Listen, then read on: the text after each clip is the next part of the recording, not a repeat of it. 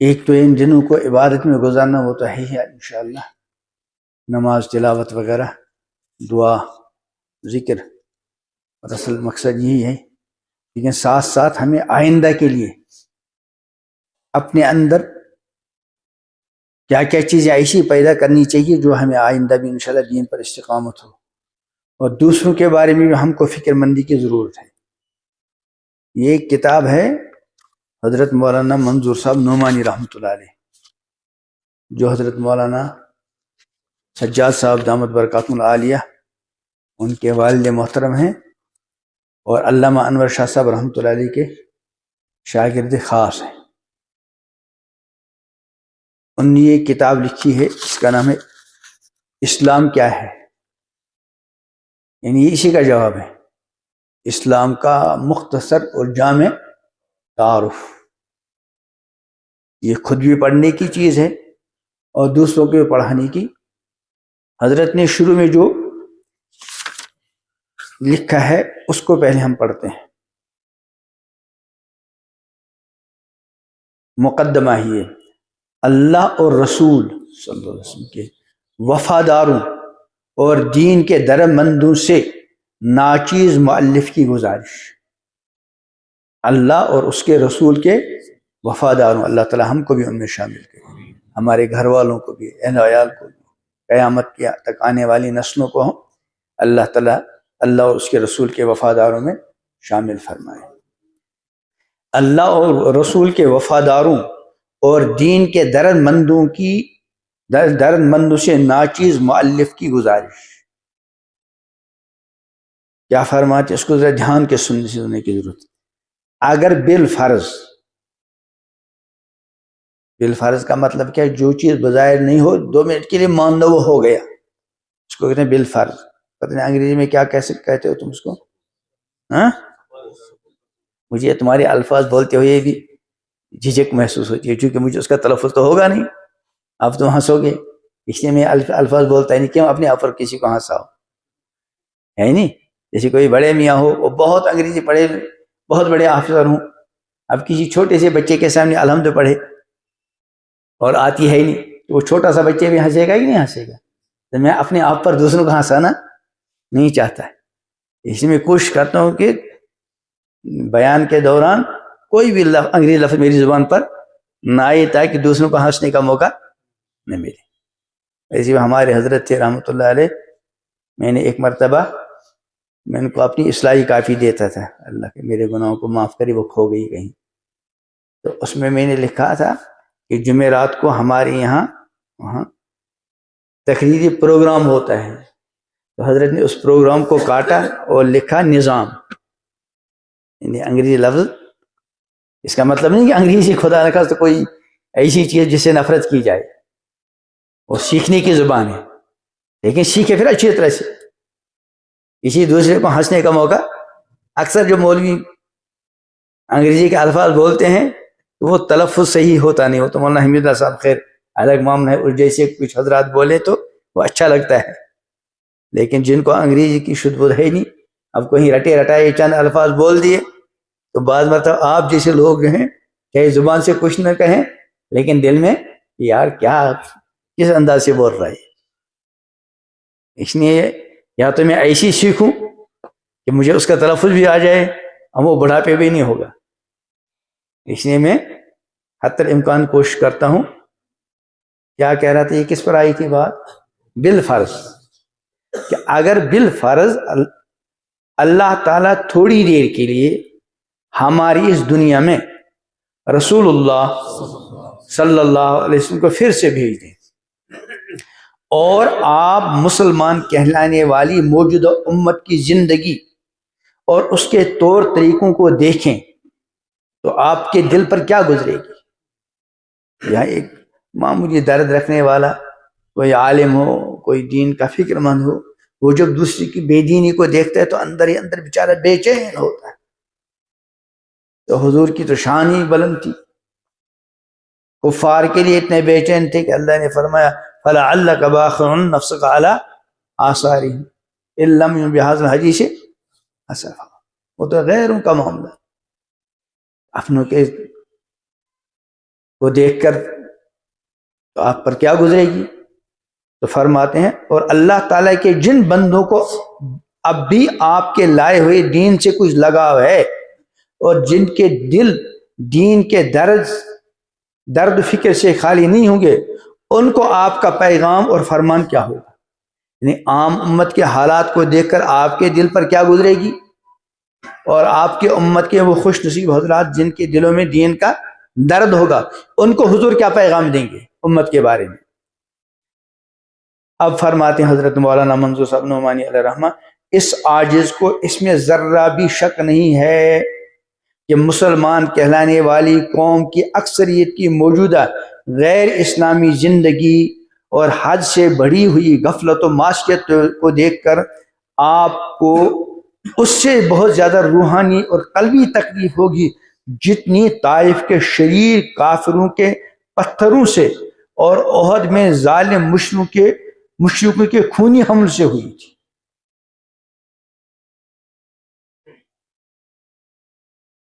وہ ہے نا مشہور،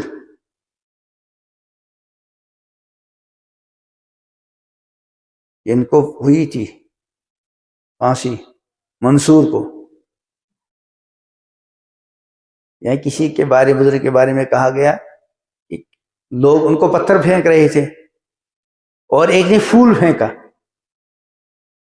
اب جو پھول پھینکا تو ان کو چلائے، لوگوں نے کہا یار اتنے لوگوں نے پتھر پھینکے اور کچھ بھی نہیں، فلاں نے پھول پھینکے اور چلا اٹھا۔ انہوں نے کہا اصل میں دوسرے لوگ مجھے جانتے نہیں، یہ جانتا تھا، اس کے باوجود اس نے پھول پھینکا تو مجھے تکلیف ہوئی۔ اور دین سے اخلاص و وفا کا تعلق اور اس کا درد فکر رکھنے والے مسلمانوں کو آپ کا کیا پیغام ہوگا؟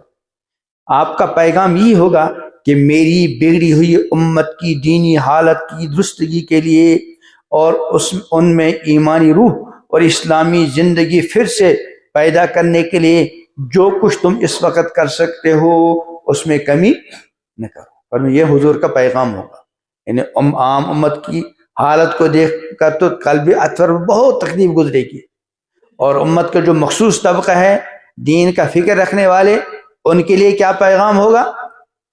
یہی کہ میری بگڑی ہوئی امت کی دینی حالت کی درستگی اور ان میں ایمانی روح اور اسلامی زندگی پھر سے پیدا کرنے کے لیے جو بھی کچھ تم اس وقت کر سکتے ہو اس میں کچھ کمی نہ کرو۔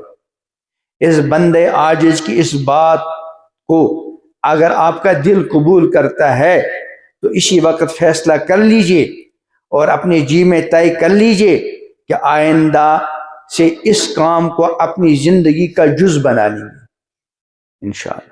کرو گے نا انشاءاللہ۔ یہ بندہ عاجز اپنے دل کے پورے یقین کے ساتھ عرض کرتا ہے کہ اس وقت اللہ تعالیٰ کی رضا حاصل کرنے اور رسول اللہ صلی اللہ علیہ وسلم کی روح پاک کو مسرور اور مطمئن کرنے اور آپ کی دعائیں لینے کا یہ خاص الخاص ذریعہ ہے۔ امت کی فکر کرنا، یہ چھوٹی سی کتاب جو اس وقت آپ کے ہاتھوں میں ہے، یہ بھی اسی دینی اصلاحی کوشش کے سلسلے کی کڑی ہے۔ یہ خاص طور سے اسی واسطے لکھی گئی ہے کہ معمولی لکھے پڑھے مرد اور عورتیں بھی اس کو خود پڑھیں اور دوسروں کو پڑھوا کر اور مسجدوں اور مجموعوں میں عام مسلمانوں کو اس کے مضامین سنا کر اپنے میں اور دوسروں میں ایمانی روح اور اسلامی زندگی پیدا کرنے کی کوشش اپنی صلاحیت اور حیثیت کے مطابق کر سکیں۔ اللہ تعالیٰ کو بے حد راضی کرنے والے اور روح نبوی علی صاحب الصلوات کو بہت زیادہ خوش کرنے والے اس کام میں اپنے مقدور کے مطابق حصہ لیں۔ فرماتے ہیں اللہ کی توفیق سے اس چھوٹی سی کتاب میں پورے دین کا لب لباب آ گیا ہے، اور قرآن و حدیث کی وہ سب تعلیمات 20 اسباق کی شکل میں جمع کر دی گئی ہیں، جن سے واقف ہو کر اور جن پر عمل کر کے ایک عام آدمی نہ صرف اچھا مسلمان بلکہ انشاءاللہ مومن کامل اور اللہ کا ولی بن سکتا ہے۔ مسلمانوں کے علاوہ یہ کتاب ان غیر مسلموں کو بے تکلف دی جا سکتی ہے جو اسلام کو سمجھنے اور اسلامی تعلیمات کو جاننے کا شوق رکھتے ہو۔ غرض مؤلف کا کام بس اتنا ہی تھا کہ اللہ کی مدد و توفیق سے اس نے یہ کتاب مرتب کی۔ فرماتے ہیں اگر اس عاجز کے پاس مالی وسائل ہوتے تو ہندوستان کے حالات کو تو خصوصیت سے تقاضا تھا کہ لاکھوں کی تعداد میں یہ کتاب چھپوائی جاتی اور ہندوستان میں رہنے والے ہر لکھے پڑھے مسلمانوں کے پاس ایک ایک اس کا نسخہ پہنچایا جاتا۔ لیکن اللہ تعالیٰ کا معاملہ قدیم سے کچھ ایسا ہے کہ اس قسم کی آرزویں رکھنے والوں کو وسائل نہیں دیے جاتے۔ ایسی آرزویں رکھنے والوں کو وسائل، اور بلا شبہ اس میں بھی اللہ کی بڑی حکمتیں ہو سکتی ہیں۔ جو چاہتے ہیں ان کے پاس وسائل نہیں، اور جن کے پاس وسائل ہیں ان کو توفیق نہیں۔ بہرحال یہ بندہ تو اپنی اس آرزو کی تکمیل سے عاجز ہے کہ لاکھوں کی تعداد میں چھپا کر تقسیم کریں۔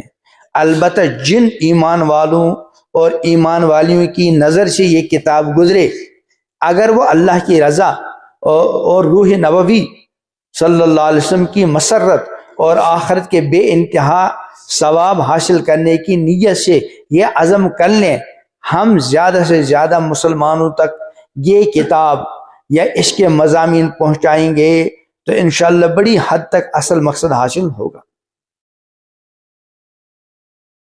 آگے فرماتے ہیں ہر مسلمان کے لیے اسلامی تعلیمات حاصل کرنے کی ضرورت اور دین سیکھنے کی فضیلت۔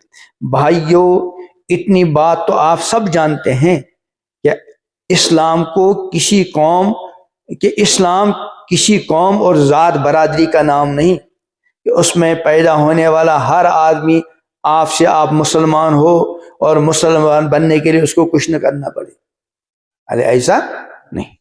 جیسے شیخ یا سید یا خاندان میں پیدا ہونے والا ہر بچہ خود بخود شیخ یا سید ہو جاتا ہے۔ جس خاندان میں بچہ پیدا ہو گیا، شیخ خاندان میں، خان میں، میر میں، بٹ میں وغیرہ، تو اس کو یہ بننے کے لیے کچھ اور کرنا پڑتا ہے؟ نہیں۔ شیخ کے گھر میں ہوگا تو خود بخود شیخ ہے، میر کے خاندان میں پیدا خود بخود میر ہے۔ ایسے مسلمان گھر میں پیدا ہو گیا تو خود بخود مسلمان میں، کہ یہاں ایسا نہیں کہ مسلمان بننے کے لیے کچھ نہ کرنا پڑے، بس مسلمان کے گھر میں پیدا ہو گیا مسلمان بننے کے لیے اتنا کافی ہے، ایسا نہیں۔ بلکہ اسلام نام ہے اس دین کا اور اس طریقہ پر زندگی گزارنے کا جو اللہ کے سچے رسول صلی اللہ علیہ وسلم اللہ کی طرف سے لائے تھے، اور جو قرآن شریف میں اور رسول اللہ صلی اللہ علیہ وسلم کے حدیث میں بتلایا گیا۔ بس جو کوئی اس دین کو اختیار کرے اور اس طریقے پر چلے وہی اصلی مسلمان ہے، اور جو لوگ نہ اس دین کو جانتے ہیں نہ اس پر چلتے ہیں وہ اصلی مسلمان۔ میں اس کو اپنے الفاظ میں کبھی تعبیر کر، ایک ہے نام کا مسلمان اور ایک کیا ہے کام کا مسلمان۔ کرنے کے لیے کام کرنے پڑیں گے، جو کام اللہ اور اللہ کے پیغمبر نے کہے وہ کام کرنے پڑیں گے، اور جن چیزوں سے روکا ان سے رکنا پڑے گا، تو پھر آدمی کیا بنے گا؟ کام کا مسلمان۔ اور اگر یہ کچھ نہیں ہے، ہاں مسلمان گھر میں پیدا ہو گیا اور مسلمان نام ہے، تو پھر نام کا مسلمان۔ اسی کو فرماتے ہیں جو لوگ نہ اس دین کو جانتے ہیں اور نہ اس پر چلتے ہیں وہ اصلی مسلمان نہیں۔ بس معلوم ہوا کہ اصلی مسلمان بننے کے لیے دو باتوں کی ضرورت ہے۔ نمبر ایک یہ کہ ہم دین اسلام کو جانیں اور کم سے کم اس کی ضروری اور بنیادی باتوں کا ہمیں علم ہو۔ نمبر دوسرے یہ کہ ہم اس کو مانیں اور اس کے مطابق چلنے کا فیصلہ کریں۔ اسی کا نام اسلام ہے، اور مسلمان ہونے کا مطلب یہی ہے۔ بس اسلام کا حاصل کرنا یعنی دین کی ضروری باتوں کا جاننا مسلمان ہونے کے لیے سب سے پہلی شرط ہے۔ کام کا مسلمان بننے کے لیے دین کو سیکھنے کی ضرورت۔ اسی لیے اس میں فرمایا گیا طلب العلم فریضۃ علی کل مسلم، یعنی علم دین حاصل کرنے کے لیے کوشش اور طلب ہر مسلمان پر فرض ہے۔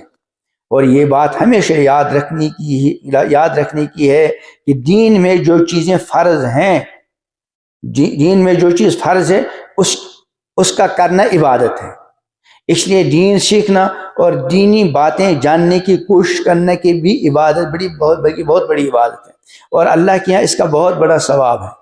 اور رسول اللہ صلی اللہ علیہ وسلم نے اس کی بڑی فضیلت بیان فرمائی۔ ایک حدیث میں ہے، جو شخص دین سیکھنے کے لیے گھر سے نکلے، وہ جب تک اپنے گھر واپس نہ آئے وہ اللہ کے راستے میں، فی سبیل اللہ، من خرج فی طلب العلم فہو فی سبیل اللہ حتی یرجع، جو اللہ کے دین کو سیکھنے کے لیے گھر سے نکلا وہ اللہ کے راستے میں۔ کب تک؟ تبلیغ والے تو بس اپنے ہی کو کہتے ہیں کہ اللہ کے راستے میں نکلو، ٹھیک ہے وہ، لیکن صراحت کے ساتھ فی سبیل اللہ جن مواقع کے لیے استعمال کیا گیا اس میں طالب علم، من خرج فی طلب العلم فہو فی سبیل اللہ، جو شخص دین کی طلب میں اور دینی باتیں سیکھنے کے لیے راستے پر چلے گا تو اللہ تعالیٰ اس کے لیے جنت کا راستہ آسان کر دے گا۔ حدیث ہے، من سلک طریقا، جو کسی راستے پہ چلا، کیوں چلا؟ یلتمس فی علما، وہ علم کو تلاش کر رہا ہے، سہل اللہ لہ بہ طریقا الی، اللہ تعالیٰ اس کے ذریعے اس کے واسطے جنت کا راستہ کیا کرتے ہیں؟ آسان۔ ایک اور حدیث میں ہے، علم دین کی طلب اور اس کے حاصل کرنے کی کوشش کرنا پچھلے گناہوں کا کفارہ ہے، گناہ بھی معاف ہوتے ہیں۔ الغرض دین سیکھنا اور اسلام کی ضروری باتوں کا علم حاصل کرنے کی کوشش کرنا ہر مسلمان پر فرض ہے، چاہے وہ امیر ہو یا غریب ہو، جوان ہو، بوڑھا ہو، پڑھا لکھا ہو، ان پڑھ ہو، مرد ہو، عورت ہو۔ اور اوپر کی حدیثوں سے یہ بھی معلوم ہو چکا کہ اس کام میں جو وقت لگے گا اور اس کے لیے جو محنت کرنی پڑے گی، اللہ تعالیٰ کے یہاں اس کا بہت بڑا اجر و ثواب ملنے والا ہے۔ اس لیے ہم سب کو طے کرنا چاہیے کہ ہم دین سیکھنے کی اور اسلام کی ضروری باتوں کا علم حاصل کرنے کی ضرور انشاءاللہ کوشش کرو گے انشاءاللہ۔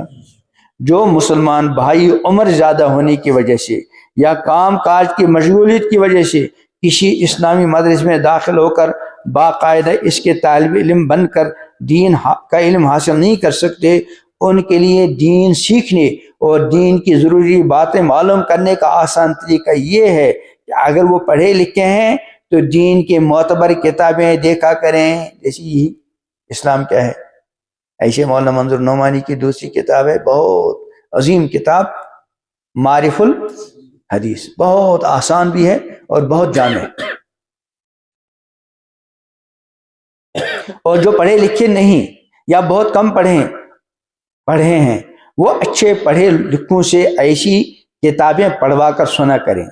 اگر گھروں میں، بیٹھکوں میں اور مجموعوں میں اور مسجدوں میں ایسی کتابیں پڑھنے اور سنانے کا رواج ہو جائے تو ہر طبقے کے مسلمانوں میں دین کا علم عام ہو سکتا ہے۔ یہ چھوٹی سی کتاب اسی غرض سے اور اسی مقصد کے لیے لکھی گئی۔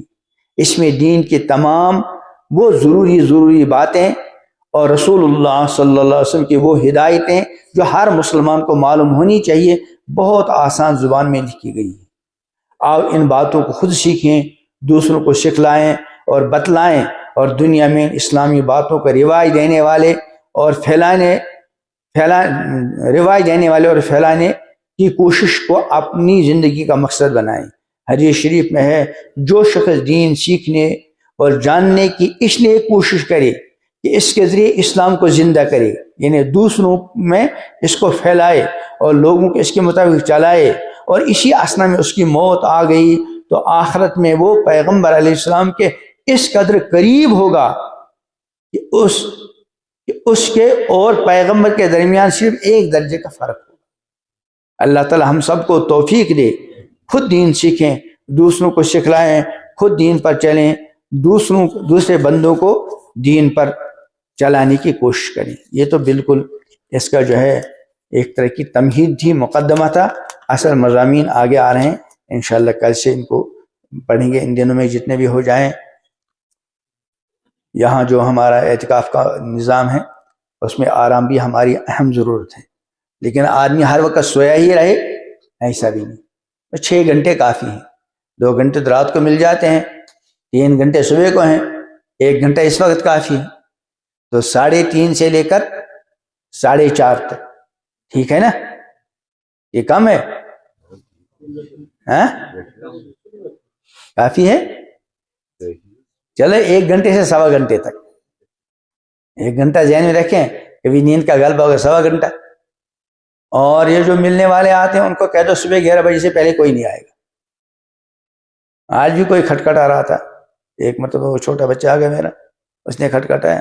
اب جب بہت گہری نیند ہوتی ہے پھر آنکھ کھل گئی، اب دوبارہ آنکھ آدمی بند تو کر سکتا ہے لیکن نیند کو لانا غیر اختیاری ہے، اس لیے اپنے جو ملنے والے آنے والے ہوتے ہیں ان سے کہو 11 بجے سے 1 بجے تک آیا کرو، اور یا پھر نماز کے سب سے اچھا ہے نماز کے اوقات میں آ کر ملا کریں، اور بالکل ان کے ساتھ مختصر بات۔ بعض مرتبہ کسی کا ساتھی آ گیا اور وہ اپنے ساتھی کے ساتھ باتوں میں لگ گیا اور سارے لوگ جو ہیں بیچارے آرام میں ہیں، ان کی نیند میں خلل ہوتا ہے۔ بعض کی نیند بالکل ہلکی ہوتی ہے، ذرا سی آواز سے آنکھ کھل گئی اور پھر دوبارہ آنکھ لگنا بڑا مشکل ہو جاتا ہے، اس کا لحاظ رکھنا چاہیے۔ اور اپنا تلاوت کا معمول زیادہ سے زیادہ، حدیث میں ایک حدیث سناؤں گا میں، پرسوں میں نے وہاں سنائی تھی، حدیث میں ہے ان هذه القلوب تصدع كما يصدع الحديد اذا يصيبه الماء قيل وما جلاؤها قال كثرة ذکر الموت وتلاوت القرآن۔ حضور علیہ الصلوۃ والتسلیم نے صحابہ سے کہا کہ ان دلوں کو بھی زنگ لگتا ہے، ان دلوں کو بھی جیسے کہ لوہے کو زنگ لگتا ہے۔ لوہے کا کب زنگ لگتا ہے؟ فرمایا اذا يصيبه الماء، جب لوہے کو پانی لگ جائے، ہے نا؟ تو لوہے کو کیا لگ جاتا ہے؟ زنگ۔ تو دلوں کو بھی زنگ لگ جاتا ہے، جیسے کہ حدیث میں آیا ہے گناہوں کی وجہ سے وغیرہ وغیرہ۔ صحابہ نے عرض کیا وما جلاؤہا، اس کا سیقل اور اس کی صفائی کا کیا طریقہ ہے؟ اس زنگ کو کیسے دور کریں؟ لوہے کا زنگ تو کس سے دور ہوتا ہے؟ آگ سے۔ تو گناہوں کا زنگ یا تو یہیں صاف کرنا پڑے گا، ورنہ اللہ تعالیٰ بچائے وہاں کی آگ سے، ہے نا؟ اللہ بچائے۔ اگر یہاں صفائی نہیں ہوئی تو پھر اوروں کے لیے تو جہنم برائے تعذیب ہے، اور ایمان والوں کے لیے برائے تہذیب، یعنی پاک صفائی کے لیے سارے گناہ وہیں۔ لیکن گناہوں کو دھلوانے کے لیے اللہ تعالیٰ بچائے جہنم سے، کون جانے کو تیار ہو؟ اس لیے یہیں صفائی کرنی ہے۔ تو جیسے لوہے کا زنگ دور کس سے ہوتا ہے؟ آگ سے۔ تو دلوں کا زنگ کس سے دور ہوگا؟ صحابہ نے یہ سوال کیا، آپ نے فرمایا کثرت ذکر الموت، موت کو زیادہ کثرت سے یاد کرنا، بار بار بار بار۔ حضور کا حکم بھی ہے اکثروا ذکر حازم اللذات الموت، لذتوں کو توڑنے والی چیز یعنی موت کو کثرت کے ساتھ یاد کرو۔ تو ایک تو فرمایا کثرت ذکر الموت، موت کا کثرت کے ساتھ ذکر کرنا، سوچنا، یہ نہیں کہ موت موت کی تسبیح پڑھ دے، بلکہ سوچتا رہے، موت کو سوچے، قبر کو سوچے۔ اور دوسری چیز کیا ہے فرمائی؟ وہ تلاوت القرآن، قرآن کی تلاوت۔ اور رمضان میں اور آخری عشرے میں تو یہ خاص وظیفہ ہے، آپ اس نیت کے ساتھ تلاوت کریں کہ ہمارے دلوں کا زنگ کیا ہو، اللہ میرے دل کے زنگ کو بھی، آپ لوگوں کے دلوں میں اگر خدا نخواستہ کوئی زنگ ہے، اللہ تعالیٰ سب کے دلوں کے زنگ کو دور کرے، اللہ تعالیٰ ہمارے دلوں کو نورانی بنا دے، اور یہ اعتکاف ہمارے لیے کمال ہدایت، کمال تقوی اور کمالی ایمان کا ذریعہ بنائے۔ یہاں ہم کو اللہ تعالیٰ ان آداب کے ساتھ رہنے کی توفیق عطا فرما کر اپنے اوقات کے صحیح استعمال کی توفیق عطا فرمائیں، اور پھر پوری زندگی اللہ کا مطیع اور فرما بردار بن کر جینے کی توفیق عطا فرمائیں، اور امت کو وہ درد اللہ تعالیٰ ہم کو عطا کرے، اور اس امت کے درد کا جو تقاضا ہے اللہ تعالیٰ اس تقاضے کو پورا کرنے کے لیے بھی ہم سب کو قبول کرے۔ ربنا تقبل منا انک انت السمیع